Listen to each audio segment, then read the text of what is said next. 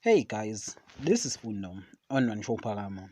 Tonight on Uzalo, Madlala wants Noka to buy the wig online, and it seems like Matonge has a jealous when he tell Madlala that he is older, but Madlala tell Matonge that the age is just a number.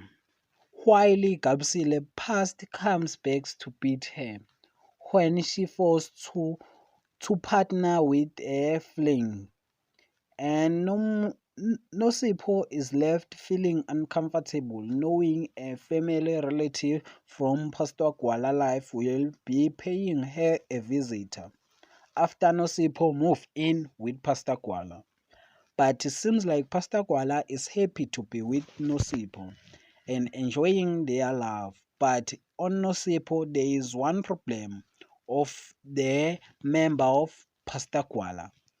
Lily promote comes at a awkward time when Lily wants to leave Wamashu police station. That is for tonight. Thanks for watching. Don't forget to like and comment and subscribe. Therefore, thanks.